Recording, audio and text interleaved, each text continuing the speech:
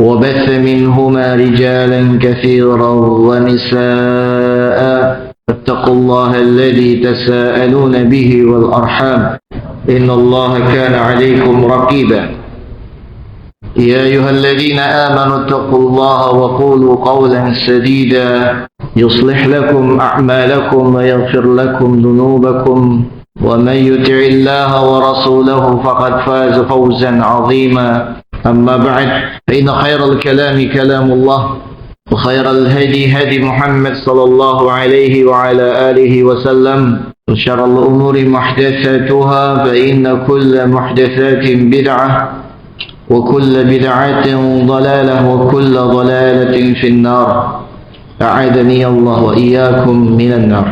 Ma'asyiral muslimin rahimani wa rahimakumullah. Kita masih melanjutkan pembahasan kitab At-Targhib wa Tarhib lil Imam Al-Hafidh Abdul Azim Al-Mundhiri rahimahullah taala. Kemarin kita sampai pada hadis Aisyah radhiyallahu anha yang berucap di hadapan Nabi sallallahu alaihi wasallam mengenai Safiyah, yaitu saat Aisyah radhiyallahu anha mengatakan inna Safiyah la sahirah la qasirah, sesungguhnya Safiyah itu pendek wahai Rasulullah. Maka kemudian Rasulullah sallallahu alaihi wasallam menegur Aisyah, laqad qulti kalimatan law ulqiyat 'alal bahri lamazajathu. Sungguh Aisyah, engkau telah mengucapkan sebuah kalimat yang kalaulah dimasukkan ke dalam lautan niscaya akan merusak seisi lautan tersebut. Nah, ini menunjukkan bahwasanya ghibah itu mengakibatkan dosa dan kerusakan yang sangat besar. Sehingga walaupun diucapkan mungkin tidak sengaja, bukan niat yang buruk, tetapi ketika terucap setidaknya itu bisa menimbulkan kemudaratan. Maka Rasulullah SAW segera menegur Aisyah radhiyallahu anha. Kemudian kita lanjutkan hadis yang berikutnya. Wa an Abdullah bin Mas'ud radhiyallahu anhu qala kunna 'inda Nabi sallallahu alaihi wasallam. Dulu kita pernah di sisi Nabi sallallahu alaihi wasallam, faqama rajulun fawaqa'a fihi rajulun min ba'di. Kemudian berdirilah seseorang, kemudian diikuti oleh orang yang berikutnya. Faqala Nabi sallallahu alaihi wasallam tahallal, faqala wa mimma atahallal. Apakah engkau sudah minta kehalalannya? Maka orang tersebut menjawab, wa mimma atahallal, dari apa aku minta kehalalannya? Ma akaltu lahman. Qala innaka akalta lahma akhi. Kata orang tersebut, aku tidak memakan daging apapun. Maka Rasul sallallahu alaihi wasallam mengatakan, innaka akalta lahma akhika. Sesungguhnya engkau baru saja memakan daging saudaramu. Ya, ini kan hadis diriwayatkan oleh Abu Bakar bin Abi Syaibah dan At-Tabrani dengan para perawi yang sahih. Yaitu dalam hadis ini disampaikan oleh sahabat yang mulia Abdullah bin Mas'ud radhiyallahu anhu, ketika beberapa orang di sisi Nabi sallallahu alaihi wasallam, ada orang yang membicarakan orang yang lain di sisi yang lain. Maka Nabi sallallahu alaihi wasallam menegurnya, apakah engkau sudah minta kehalalannya? Maka orang tadi mengatakan, dari apa aku minta kehalalan? Tapi kemudian Rasulullah SAW mengatakan, innaka akalta lahma akhik. Sesungguhnya engkau memakan daging saudaramu. Dikarenakan telah mengucapkan ghibah, telah mengucapkan kalimat yang tidak disukai untuk diceritakan. Kemudian hadis yang berikutnya, an Amr bin al-As radhiyallahu anhu annahu marra ala bighalin mayyitin. Dari Amr bin al-As bahwasanya beliau melewati bighal yang sudah menjadi bangkai. Faqala li ba'dhi ashabihi. Bighal itu apa? Bighal itu mirip dengan keledai tapi agak besar dikit. Bawahnya kuda, di atasnya keledai. Sudah menjadi bangkai.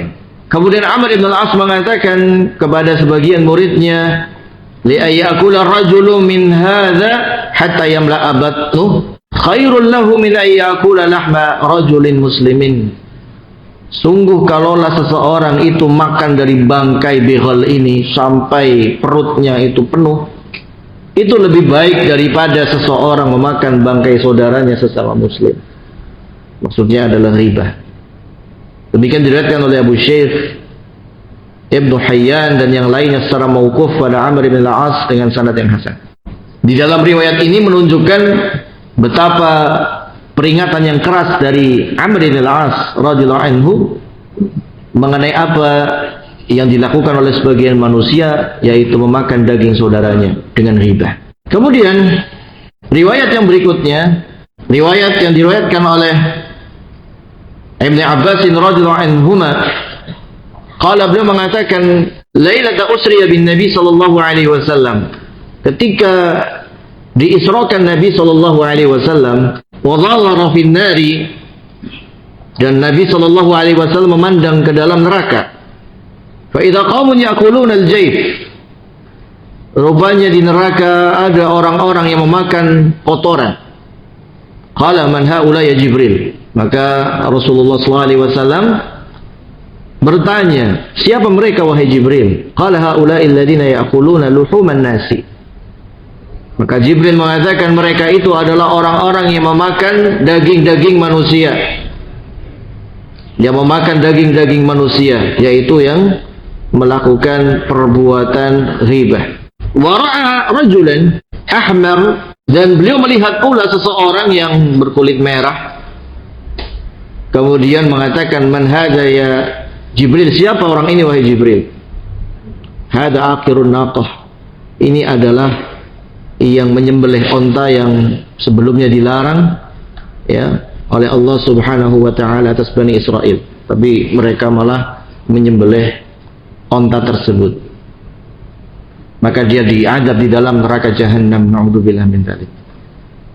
Dalam riwayat ini kata Al-Fayyumi dalam syarahnya, ay anna Nabi sallallahu alaihi wasallam lama usriya bihi, ketika Nabi sallallahu alaihi wasallam Isra, marra biqaumin fis sama, melewati sebuah kaum di langit, yaqta'ul lahma min junubihim, dia memotong-motong daging dari arah sisinya, thumma yalqaunahu, kemudian dia masukkan ke dalam perutnya, dalam mulutnya, thumma yuqalu lahum kulu kama kuntum ta'kuluna min lahmi akhikum fid dunya, makanlah daging ini, daging bangkai ini sebagaimana dulu kalian makan daging bangkai daripada saudara kalian.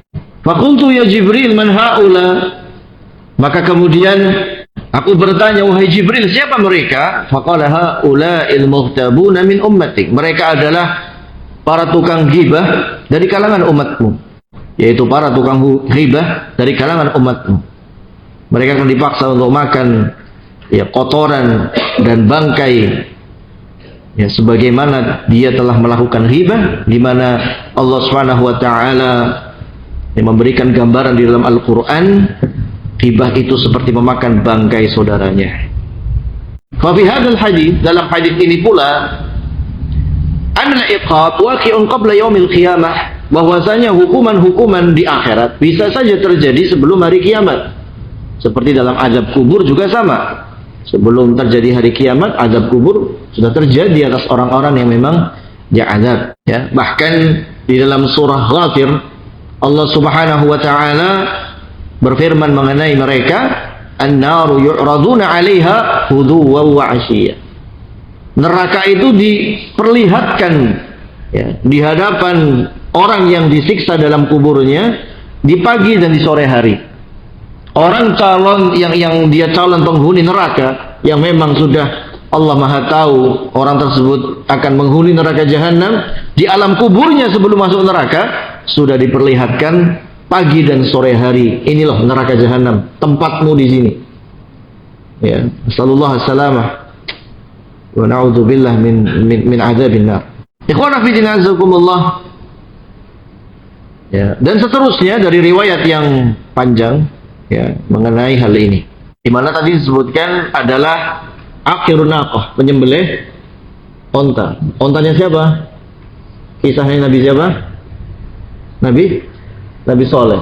Kisahnya Nabi Soleh, di mana kaumnya diuji oleh Allah Subhanahu wa taala, dititipin onta untuk dijaga. untuk dijaga, kasih minum dan seterusnya, diberi hak untuk minum dari sumur bersama mereka, tetapi rupanya mereka malah menyembelih onta tersebut. Maka turunlah azab Allah atas mereka. Kemudian ikhwan fillah subhanallah, dalam riwayat yang lain, riwayat Abu Dawud an Anas bin Malik radhiyallahu anhu qala qala Rasulullah sallallahu alaihi wasallam lamma urija bi marartu bi qaumin lahum adfarun min nuhasin yakhmashuna wujuhahum wa sudurahum. Ketika aku dimi'rajkan, aku melewati beberapa orang yang kuku mereka itu sangat panjang. Mereka mencakar-cakar wajah mereka sendiri dan dada mereka sendiri. Faqultu, maka aku berkata, man haula ya Jibril, siapa mereka wahai Jibril? Haula alladziina yaquluna luhuman nasi. Mereka itu adalah orang-orang yang makan daging manusia.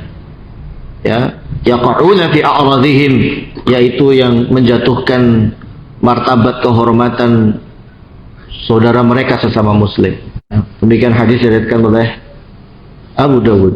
Dalam riwayat yang lainnya, riwayat Al-Baihaqi dari Rashid bin Sa'ad Al-Miqra'i, qala Rasulullah sallallahu alaihi wasallam lamma urija bi marartu bi rijalin tuqradu juluduhum bi maqarid min nar. Ketika aku dimi'rajkan, aku melewati beberapa orang yang kulit mereka digunting-gunting, disobek-sobek. Faqultu, maka aku berkata, man haula, siapa mereka wahai Jibril? Maka kemudian mereka mengatakan, alladzina yatazayyanuna lizzaniyah. Mereka itu adalah orang-orang yang menghias diri, yaitu wanita-wanita yang menghias diri tapi untuk berzina. Maka kulit mereka dipotong-potong, digunting-gunting. Qala thumma maratu bi jubbin matinir rihi. Kemudian aku melewati sebuah jurang yang baunya sangat busuk. Fasami'tu fi aswatan syadidatan, aku mendengar suara yang sangat keras. Kemudian aku mengatakan, faqultu man haula'i ya Jibril, siapa mereka wahai Jibril? Qala nisa'un kunna yatazayyanna lizzaniyah. Mereka adalah wanita yang mereka mensolek dirinya, berhias dirinya untuk melakukan perzinahan. Tsumma maratu ala nisa'in wa rijalin mu'alliqina bi sudyahinna. Kemudian aku melewati ada wanita dan perempuan yang dada mereka itu digantung. Faqultu man haula ya Jibril, aku bertanya, siapa mereka wahai Jibril?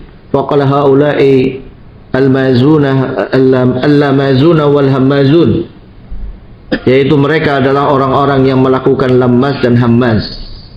Itulah firman Allah Ta'ala, wailul likulli humazatil lumazah, ya, yaitu yang mereka melakukan ghibah dengan ucapan dan perbuatan, yang mencela orang dengan ucapan dan lisan dan perbuatan mereka, merendahkan orang dengan lisannya dan dengan lirikan matanya atau palingan wajahnya. Ya, itu adalah humazah dan lumazah. Sehingga dikatakan oleh Ibnu Jurayj, al-humazah itu asyaddu quwwal yad, yaitu mencela seseorang dengan tangan. Wal lumaz bil lisan. Adapun lumazah itu dengan lisan. Wa 'anil Laits, adapun dari kata Laits bin Sa'ad beliau mengatakan al-lumazah alladhi ya'ibuka fi wajhik. Adapun Laits bin Sa'ad mengatakan lumazah itu adalah orang yang mencela dirimu secara langsung di hadapanmu.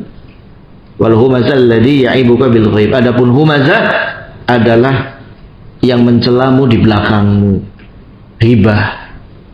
Jadi kalau lumazah itu mencela langsung, kalau humazah itu mencela di belakang. Ini kata Laits bin Sa'ad. Adapun Ibnu Jurayj tadi, kalau humazah itu dengan gerakan tangan, kalau lumazah itu dengan lisan.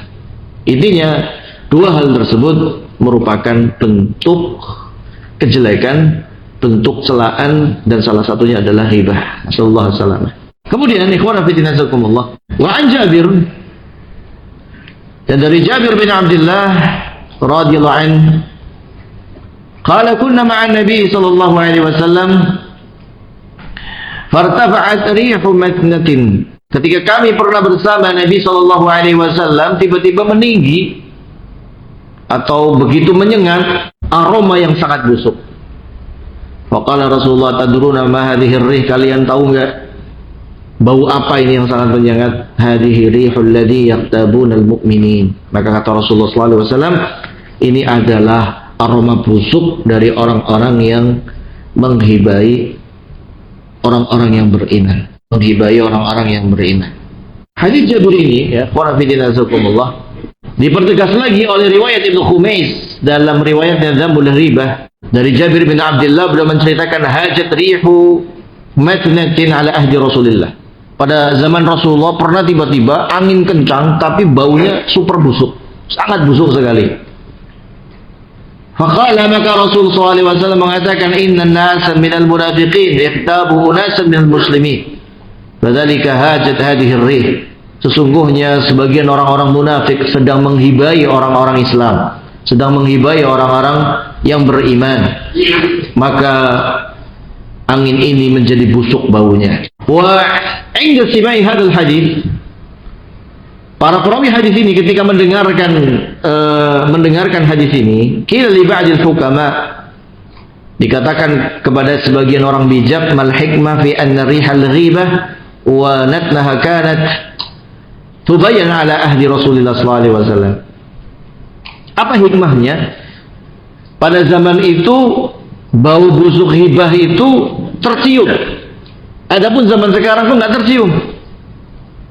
Wa qala li anna al-ghibah qad kathurat fi zamanina wa imtala'at minha al-unuf. Kata orang bijak tersebut, dikarenakan zaman sekarang itu hibah sudah merajalela, hampir-hampir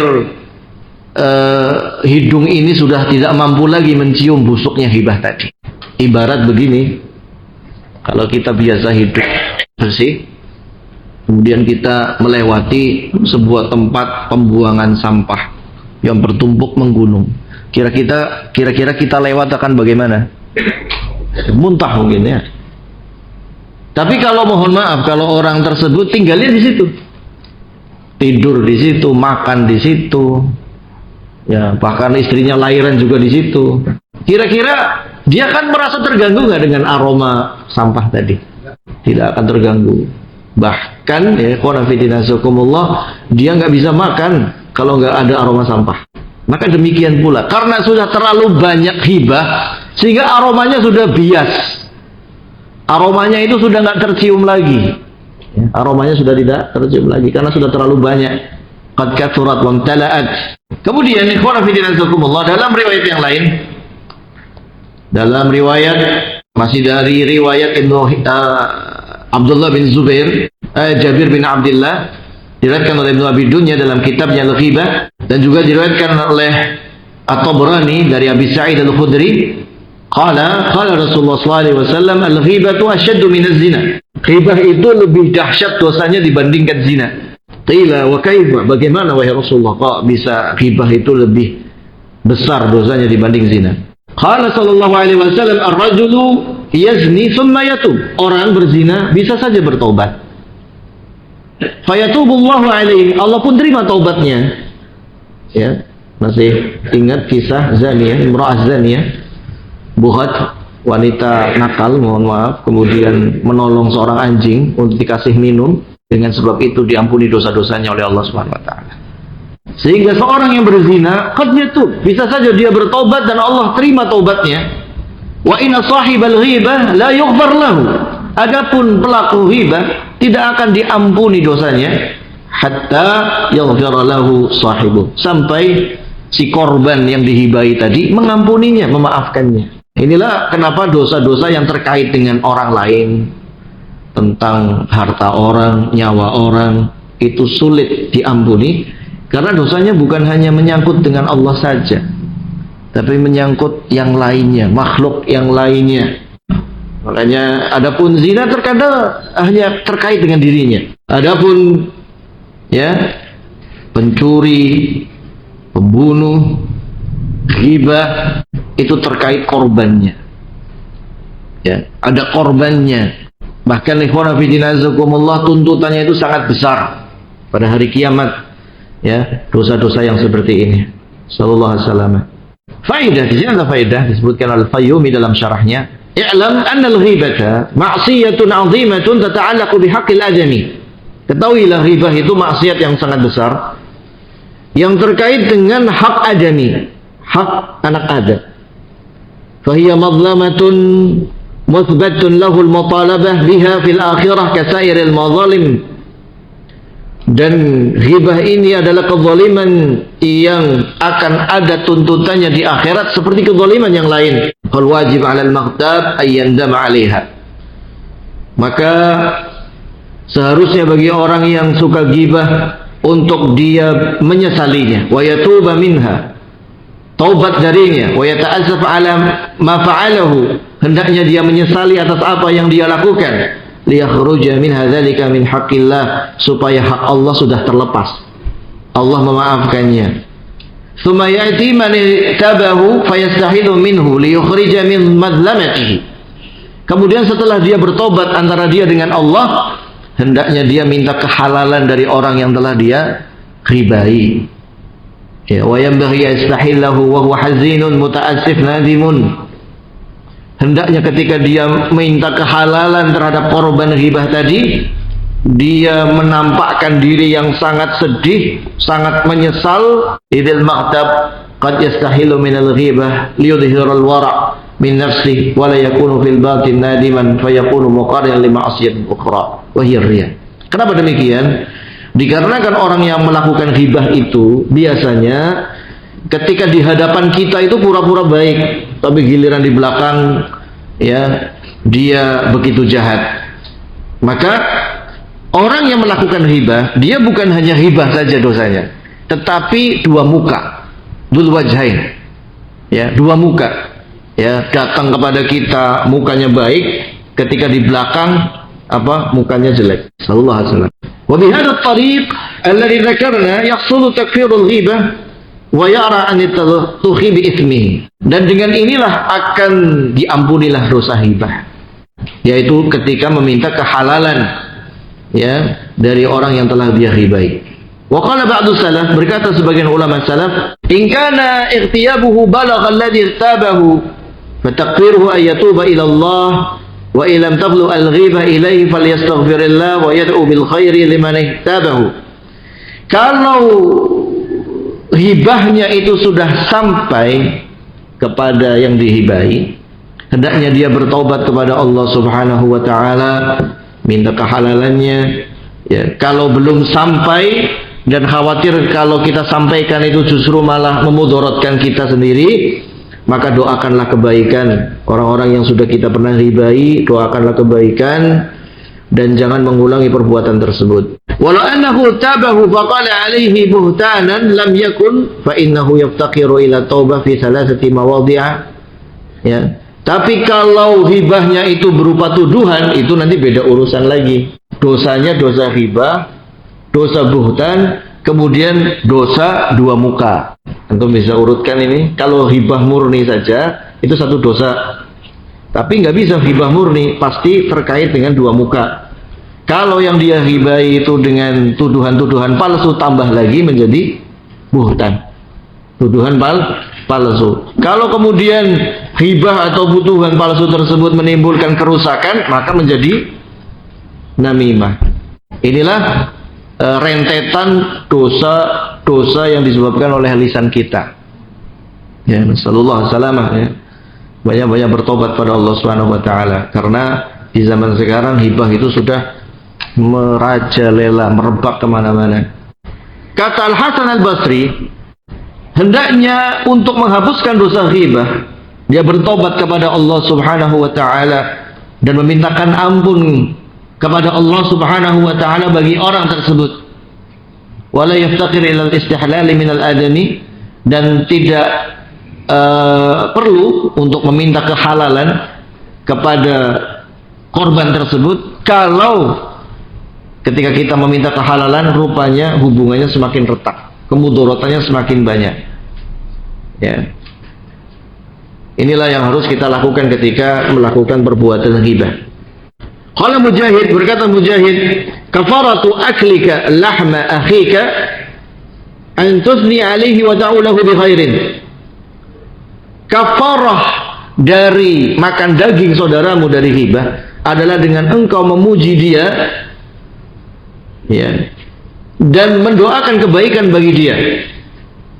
Karena orang ghibah itu biasanya di hadapan kita itu memuji, di belakang mencela. Maka di belakang harus diganti dengan pujian dan doa. Ya, pujian dan doa. Kemarin kita mengucapkan kejelekan diganti dengan ucapan kebaikan. Oh, dia orang jelek. Nah, sekarang diganti, oh dia orang yang baik, orang yang soleh. Semoga Allah mengampuni apa yang lalu dari kejelekannya, dan semoga Allah menjaga apa yang baik dari perbuatannya, dan seterusnya. Doa-doa istighfar. Suatu ketika Atha bin Abi Rabbah, salah satu imam dari kalangan bait tabi'in, ditanya mengenai taubat dari ghibah. Faqala, maka beliau mengatakan, tamshi ila sahibik wa taqul kadzabta fima qulta wa zalamta wa asa'ta, ya, yaitu kalau engkau ingin bertobat dari ghibah, engkau datangi orang yang menjadi lawan ghibahmu tadi. Ya, biasanya ghibah kan ada orang yang jadi teman ngobrol, ya. Kemudian kau katakan, ya, kalau itu dari kita, maka kita katakan kadzabtu fima qultu, aku dusta kemarin tentang ucapanku. Kalau kita yang pihak mendengar ghibah, maka kita katakan kadzabta fima qulta, kamu dusta kemarin terhadap apa yang engkau ucapkan. Ya. Wa zalamtu wa sa'tu, aku kemarin zalim, aku kemarin salah. Ya. Kalau kita yang mendengar, zalamta wa sa'ta, kamu kemarin zalim, kamu kemarin salah. Ya. Ini adalah mendatangi lawan ghibahnya. Ya, mendatangi lawan hibahnya. Misalkan si A dengan si B membicarakan si C, maka si A si B ini harus bertemu, ya, bertemu dan apa, mengklarifikasi apa yang sudah dia hibahi. Ya, kalau dia yang mengucapkan, dia aku kemarin aku salah, kemarin aku zalim, kemarin aku dusta. Ya, ya, si C itu bukan orang yang seperti itu, dia orang yang baik. Kalau kemudian yang ternyata yang mau tobat ini si B, yang mendengarkan ucapan si A, maka katakan, kamu kemarin salah, kamu kemarin dusta, kamu kemarin yang zalim. Ya, si C adalah orang yang baik. Nah, ini kata Atha bin Abi Rabbah, ya, salah satu bentuk untuk kita bertobat dari perbuatan ghibah. Ya, ini satu dosa ghibah saja, ghibahi satu orang saja, ini kan kita sudah capek sekali untuk bertobatnya. Apalagi kalau banyak ghibah, repot yang seperti ini. Kemudian, ikhwan fillah azakumullah, diriwayatkan dari Nabi sallallahu alaihi wasallam, riwayat Bukhari, man kanat li akhihi 'indahu madlamah fi 'irdin aw malin falyatahallalha minhu qabla an ya'tiya yawman laysa lahu hunaka dinar wala dirham. Barang siapa yang dia masih memiliki dosa kezaliman pada kehormatan atau kezaliman pada harta, hendaknya dia minta kehalalannya sebelum, ya, datang hari kiamat yang tidak akan bermanfaat dinar dan dirham.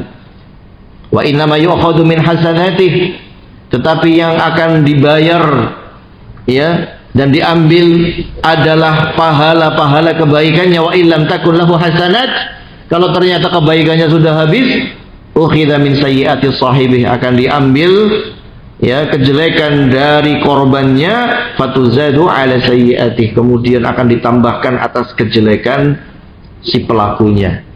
A'udzubillahi min dzalik. Ini seperti hadis yang kemarin kita sampaikan ketika Rasulullah SAW bertanya, atadruna mal muflis, kalian tahu enggak orang yang bangkrut itu? Orang yang bangkrut itu adalah orang yang datang kepada Allah Subhanahu wa taala membawa pahala salat, pahala zakat, pahala haji, pahala macam-macam. Semua pahala dia borong. Tetapi qad daraba hadza wa akhadha mala hadza wa safaka hadza. Tetapi dia sudah memukul orang, sudah menumpahkan darah orang, dia sudah mengambil hartanya orang, dia sudah menjatuhkan kehormatan orang. Ya. maka akhirnya dia harus bayar ya dosa-dosa dari kezaliman tersebut dengan diambilnya pahala-pahala dia. Tiba-tiba ya habis pahalanya. Itulah orang yang bangkrut. Orang yang bangkrut, masyaallah muslimin. Semoga kita ya dijauhkan dari perkara-perkara yang demikian. Capek-capek kita puasa, zakat, haji, tiba-tiba bangkrut, naudzubillah min dzalik. Ya, jangan sampai. Ikhwana fillah jazakumullah. Kemudian hadis yang berikutnya, an Abi Bakrah radhiyallahu anhu, qala bainama ana amashi wa huwa akhidhu bi yadayya, ketika aku berjalan bersama Rasulullah SAW, beliau memegang tanganku, wa rajulun ala yasari, dan ada seorang lagi di sebelah kiri beliau. Fa idza nahnu bi qabraini amamana, kita melewati ada kuburan di depan kita. Ini hadisnya sudah lewat. Ya, kemudian Rasulullah mengatakan innahuma la yu'adzaban. Ya, dua sahibul kubur ini sedang diazab. Wa ma yu'adzabani fi kabir. Bala wa kabir. Ya, di mana diazab bukan karena dosa yang berat untuk ditinggalkan, tapi itu dosa besar. Jadi dosa besar, tapi sebenarnya ditinggalkannya tidak berat. Maka Rasulullah SAW membawa jaridah nakhlah, pelepah kurma, wastabaqna, kemudian kami tancapkan atau kami taruh di atas kuburan tadi. Dalam beritanya fakasara hanisfain, dibagi dua, kemudian dibagi di atas kuburan dua tadi. Kemudian Rasulullah SAW mengatakan, ya, amma ahaduhuma, salah satunya adalah kana la yastatir minal baul, ya, tidak bersuci atau tidak berlindung dari cipratan air kencing. Yang kedua adalah kana yamshi bin namimah. Dalam riwayat ini ya fil ghibah, yaitu dia kesana kemari membawa namimah, membawa ghibah. Pada pertemuan yang telah lalu kita jelaskan bahwasanya dua sahibul kubur ini adalah muslim. Dari mana kita tahu dua sahibul kubur ini muslim? Taunya dari mana? Karena Rasulullah mendoakannya. Ya. Kalau kuburan orang kafir nggak mungkin Rasulullah mendoakannya, karena dilarang oleh Allah. Ya. Dua sahibul kubur tadi itu muslim. Coba bayangkan, muslim di zaman Nabi. Muslim di zaman Nabi. Ya. Ketika meninggal dunia, rupanya belum bertobat dari dosa ghibah dan namimah, diazab di dalamnya, disiksa di dalam alam kuburnya. Ya. Maka ini merupakan sebuah teguran keras bagi kita, masyaallah muslimin, rahimani wa rahimakumullah, supaya kita hati-hati terhadap dosa ini. Kemudian dalam riwayat Abu Nu'aim al-Asbahani, ruwiya an Utsman bin Affan radhiyallahu anhu qala sami'tu Rasulullah sallallahu alaihi wasallam, aku mendengar Rasul sallallahu alaihi wasallam bersabda, al-ghibah wan namimah yahuttan al-iman kama ya'dhad ar-ra'i syajarah. Ghibah dan namimah itu akan menggugurkan iman, merontokkan iman, sebagaimana pengembala itu merontokkan daun-daun di pohonnya. Ini akan merontokkan pahala yang sudah kita dapatkan, akan mengurangi yang namanya iman yang sudah ada pada diri kita. Karena iman itu yazidu wa yanqus. Iman itu akan bertambah dan berkurang. Kalau kita taat, kita takwa, maka akan bertambah iman kita. Tapi kalau kita maksiat akan berkurang, terus akan menyusut keimanan kita. Kemudian, ya, tadi hadis sudah kita bacakan, ya, Rasulullah SAW dalam riwayat Muslim dari sahabat Abu Hurairah, Rasulullah SAW bersabda, atadruna mal muflis, kalian tahu siapa itu orang yang bangkrut? Ya. Al-muflis fina wala dirham wala mata', Kata para sahabat, muflis ya di tengah kita, orang bangkrut itu yang nggak punya 1 dirham sekalipun, nggak punya modal sama sekali. Faqala, maka Rasulullah mengatakan, al-muflis min ummati may yati yaumal qiyamah bi salatin wa siyamin wa zakatin. Orang yang bangkrut pada hari kiamat dari kalangan umatku adalah yang pada hari kiamat datang menghadap Allah membawa pahala salat, pahala puasa, pahala zakat. Perhatikan di sini. Disampaikan amalan ibadah yang paling besarnya salat. Ya. Nggak ada pahala yang menandingi pahala salat. Siyam, puasa yang bighairi hisab, tanpa hitungan. Ya. Kemudian zakat yang mungkin bisa mengalir pahalanya, karena sedekah jariyah itu kan mengalir pahalanya. Ini 3 jenis amal pahala yang luar biasa. Tetapi bisa hancur gara-gara apa? Wa ya'ti qad syatama hadza. Tetapi dia datang kepada Allah membawa dosa, suka mencela. Syatam itu mencela. Wa qadhafa hadza, sering menuduh orang dengan tuduhan keji. Wa akala mala hadza, sering makan harta haram. Wa safaka dama hadza, menumpahkan darah ini dan itu. Wa daraba hadza, sering mukul ini dan itu. Memukul orang maksudnya. Qayadha hadza min hasanati wa hadza min hasanati. Maka diambillah dari kebaikannya, diberikan kepada korbannya. Fa in faniyat hasanatu qabla an yaqdima alaih, kalau ternyata kebaikannya itu sudah habis, ya, sudah habis sebelum terbayar hutang-hutang kezalimannya, ukhidha min khatayahum faturihat alaih, maka diambillah semua dosa daripada korban-korbannya dan diberikan kepada si pelakunya. Tsumma turiha fil nar, kemudian dia dicampakkan ke dalam neraka jahanam. Perhatikan di sini, Rasulullah menggambarkan pahala yang paling besar, salat, puasa, dan zakat. Salat itu amalan yang paling mulia. Puasa, ya, hitungan berkali lipat-lipatnya itu tidak ada yang tahu. Fa innahu li wa ana ajzibih, kata Allah Subhanahu wa taala. Karena puasa itu bagiku, aku yang akan langsung menghitungnya, membalasnya.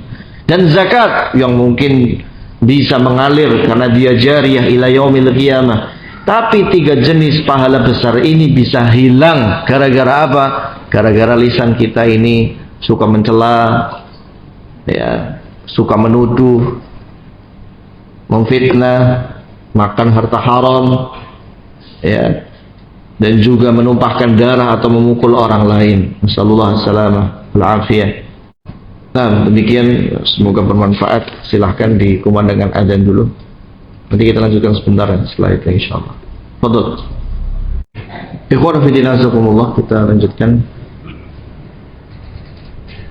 Hadis yang berikutnya, An Abi Hurairah radhiyallahu anhu, anna Rasulullah sallallahu alaihi wasallam qala, tadruna mal ghibah? Apakah kalian tahu apa itu ghibah?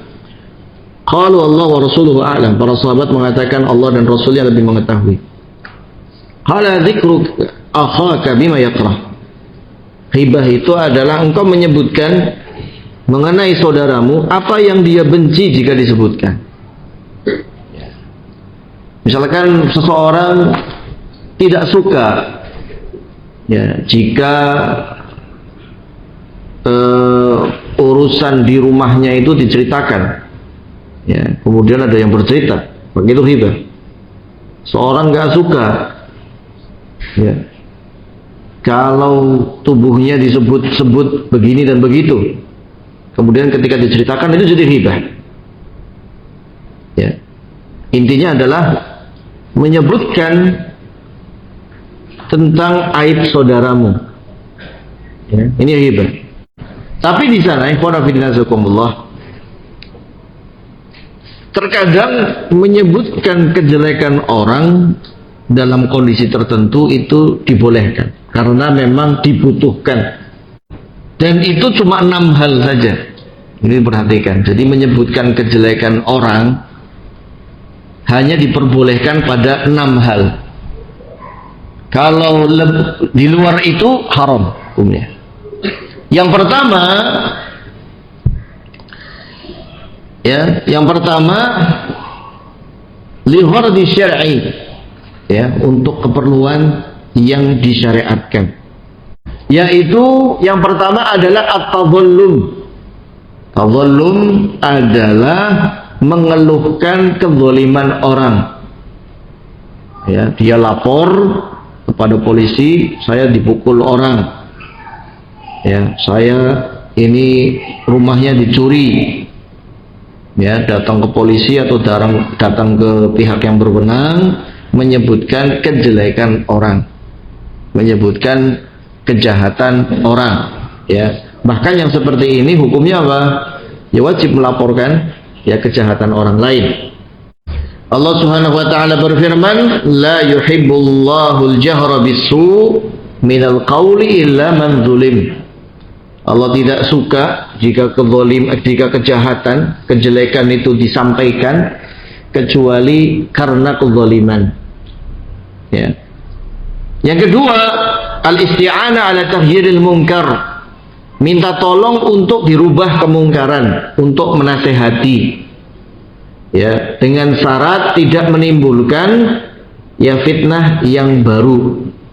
Karena penting yang seperti ini kita minta tolong orang untuk menasehati orang lain. Boleh, yang seperti ini boleh, dengan syarat tidak menimbulkan kemungkaran yang lain.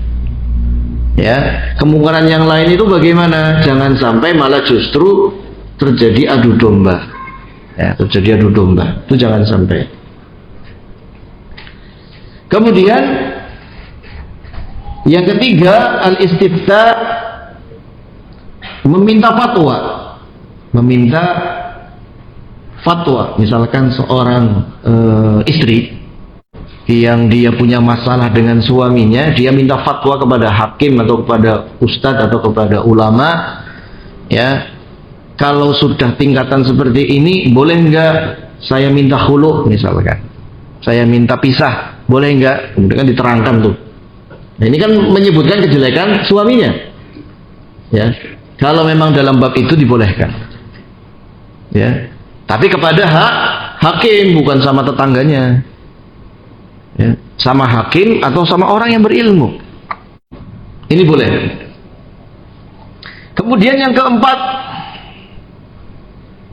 tahdhirul muslimin minasyarr, mengingatkan kaum muslimin, memperingatkan kaum muslimin dari kejelekan.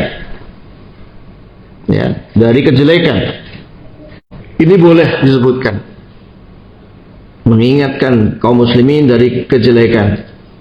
Misalkan mengingatkan kaum muslimin dari bahaya kelompok-kelompok yang sesat, Khawarij, Mu'tazilah dan semacamnya. Itu boleh kita sebutkan kejelekan yang terkait kejelekannya dia. Misalkan ada tokoh yang menyimpang, kita sebutkan penyimpangannya. Tapi kalau dia punya cacat fisik, nggak usah dicela-cela fisiknya juga. Itu jangan. Kita harus adil. Karena kalau masalah fisik itu adalah ciptaan Allah. Maka jangan salah alamat. Misalkan ada seorang yang jelek dari sisi ucapannya, ada orang menasehati, mohon maaf ada orang menasehati supaya jangan babat hutan, disebutnya wahabi lingkungan. Ini ekstrim, ini wahabi dasar nih. Ini terlalu ekstrim dalam menjaga lingkungan.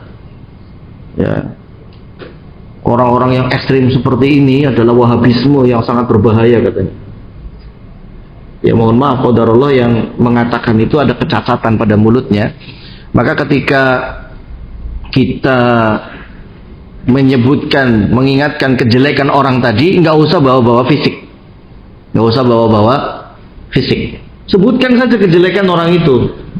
Memang sudah jelek dari awal, sudah banyak masalah dari pembentukan Islam liberal lah, dari mengatakan bahwasanya Idul Kurban itu katanya mendolimi hewan, padahal dia makan Kentucky, McD, itu mendolimi nggak tuh? Menurut dia kurban itu menzolimi hewan katanya. Ini orang yang sama ini, yang kemudian ketika ditegur masalah jangan menebang hutan ya untuk tambang, ya malah dia mengatakan ini dasar Wahabi lingkungan. Pokoknya yang tidak sesuai dengan dia Wahabi lah. Ya. Nah orang seperti ini ya ingatkan saja, ini orang yang jelek. Orang yang jelek, pemikirannya sangat jelek, sangat buruk pemikirannya, baik sisi agama ataupun dari sisi seperti itu, ya, sangat jelek sekali. Dan marah bahayanya sekarang, ya, karena tindakan-tindakan yang merusak alam itu dilegalisasi, dilegalkan atas nama itu untuk mensyukuri nikmat Allah, kan bahayanya itu. Ya, antum lihat sendiri sekarang terjadi banjir yang luar biasa. Allah Subhanahu wa taala itu sudah mengingatkan kita bahwasanya air itu ya, ketika turun dari langit, Allah ciptakan dan turun dari langit, digunakan dengan lafaz fasalakahu yanabi'a fil ard. Ya, fasalakahu yanabi'a fil ard. Jadi ketika Allah turunkan air hujan dari langit, fasalakahu diserap oleh tanah, yanabi'a fil ard, kemudian akan menjadi apa? Mata air yang memancar. Nah, yang meresap itu salah satu adalah bantuannya pohon-pohon tadi. Ya, kenapa air tadi bisa meresap ke dalam tanah? Ya, tadi ada pohon. Ketika pohonnya ditebang, nggak ada yang menghalangi air tersebut untuk diserap, langsung mengalir. Ya, ketika sudah mengalir, ya antum tahu, lihat sendirilah. Banjir bandang yang luar biasa membawa lumpur yang begitu banyak. Dan di dalam Islam itu kita justru diperintah untuk menanam, ya, untuk menanam. May yazra'u zar'an aw yaghrizu gharzan fahuwa lahu shadaqah. Siapa yang menanam tanaman maka itu sedekah dia. Bahkan dalam perang, dalam jihad fisabilillah, Rasulullah itu dilarang untuk menebang pohon, untuk mematahkan ranting, itu juga boleh, kecuali untuk strategi perang yang memang sangat dibutuhkan. Saat ya mengepung orang Yahudi, Rasulullah menebang pohon kurma dan dibakar. Tapi Rasulullah menggantinya dengan apa? Ditanam. Ya, beliau menanam lagi 100 pohon kurma, itu beliau tanam lagi. Jadi kalaulah memang kita butuh pohon untuk ditebang, ya harus tanam lagi. Harus proporsional. Ya. Ya, kita kembali kepada kitab. Ini salah satu untuk mengingatkan bahwasanya mengingatkan kejelekan orang itu boleh karena kejelekan itu sudah terlalu nampak. Ya, seperti tadi yang ditegur supaya tidak sembarangan menebang pohon, malah nyebutnya Wahabi lingkungan.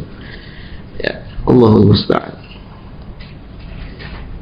Kemudian yang kelima, ayyakun al-insan ma'rufan bilaqabin, yaitu ketika manusia seorang itu dikenal dengan sebuah laqab tapi artinya jelek. Mohon maaf, misalkan ada seseorang yang biasa dipanggil dengan apa ya, si buta misalkan. Buta itu kan kecacatan ya, tapi si fulan itu yang buta itu disebut. Atau misalkan apalagi ya, kalau disebut ada ulama namanya al-a'raj, ulama namanya a'raj. A'raj itu artinya mohon maaf pincang. Jadi disebutnya al-a'raj, yang pincang itu ya. Sebenarnya ini nggak boleh, cuma karena sudah dia kadung dikenal dengan nama itu dan dia pun ridho dengan penamaan itu, maka jadi boleh.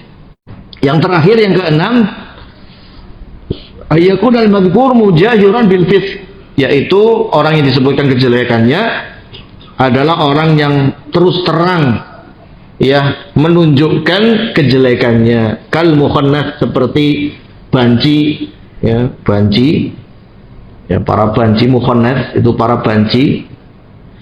Kalau zaman sekarang apa LGBT begitu ya,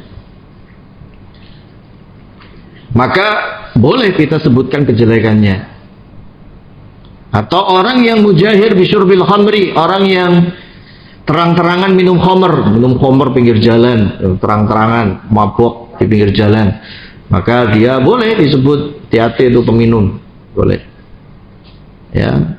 Atau kezaliman yang lainnya, kejelekan-kejelekan yang lainnya yang dia sendiri menunjukkan kejelekan tersebut di hadapan orang, maka tidak mengapa untuk kita sebut orang tersebut dengan kejelekannya. Si fulan pemabok, si fulan pencuri, karena dia sudah menunjukkan kejelekannya. Ya. Itu adalah 6 hal yang dibolehkan bagi kita untuk menyebutkan kejelekan. Selain daripada itu, maka kita tidak diperbolehkan secara asal, tidak boleh menyebutkan kejelekan-kejelekan orang. Ya. Demikian ya, semoga bermanfaat bagi kita semuanya, dan semoga Allah Subhanahu wa taala menjauhkan kita dari dosa ghibah, dari dosa namimah, dijauhkan dari perbuatan-perbuatan jelek yang seperti ini. Semoga Allah Subhanahu wa taala kumpulkan kita di dalam surganya dan menjauhkan dari nerakanya. Wa sallallahu ala sayyidina Muhammad wa ala alihi wa sahbihi wa sallam. Subhanakallahumma rabbana wa bihamdika asyhadu an la ilaha illa anta astaghfiruka wa atubu ilaik. Wassalamu alaikum warahmatullahi wabarakatuh.